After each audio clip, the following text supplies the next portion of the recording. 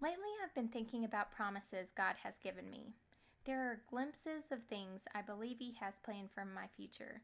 The thing is, I don't know the journey to get there, and honestly, most of the time I've found the path is very unexpected, and even the final destination a bit different than I would have imagined.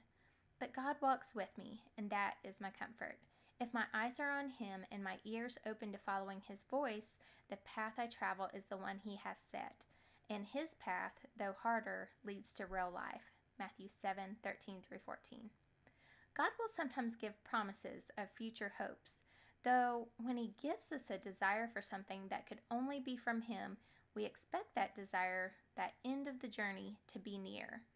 Our focus turns to the future hope of that desire being fulfilled.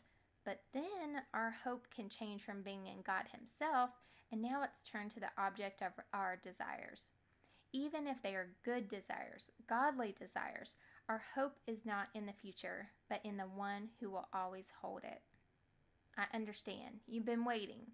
But we can count on God's promises being good. He will finish the good work He has started in us. Philippians 1:6. But the end destination, that desire being fulfilled, isn't what satisfies. It actually can become our idol.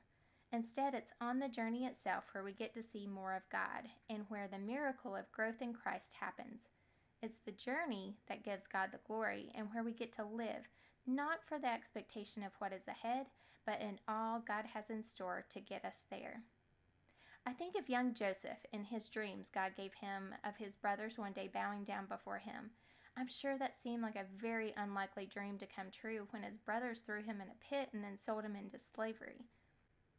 Could God's promises really come true when your situation looks insanely impossible? I'm pretty sure, though, God is the master of impossible. I think of young David, who God chose to be king from the age of a child, but he didn't move straight into royalty. It seemed like he lived a pretty normal life, though because of his faith in God, he was able to overcome great obstacles. As he got older, he ended up being on the run for his life with a death sentence on his head from the current king. He had to daily depend on God to survive. Would David be the king he was, or God get the glory He did through David's life if the promise of being a king happened shortly after God told him of this promise? I could go on and on with Abraham's promise of a son in their old age, Moses and the people of Israel with the promise of the promised land. There are many journeys of promises being lived out in God's way and God's timing. Trust in the one who holds your future. Your journey with God is a crazy, amazing, unexpected one. Know He walks it with you and will never leave your side. Joshua 1:9. Know God will use your journey for good. Romans 8:28.